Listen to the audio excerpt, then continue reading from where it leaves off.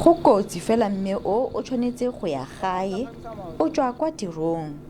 Metsi a tsene mo matlong mme dithoto di senyegile. Baagi ba Caleb Motshabi mono Bloemfontein ba letse mo teng ga metsi morago ga dipula tsa maabane. Gompieno ba ne ba tshwaragane le tiro e tona ya go baakanya dithoto tse di senyegileng le go baakanyetsa dipula tse di tlang.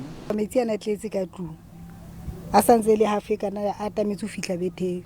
Diraka di metsi di odoropo di metsi gore ha ona ntho e lokileng. A se ntho ya maobane fela ke ntho ya mehlele go latela le motse re di dutseng a re so fumane ditshebeletso.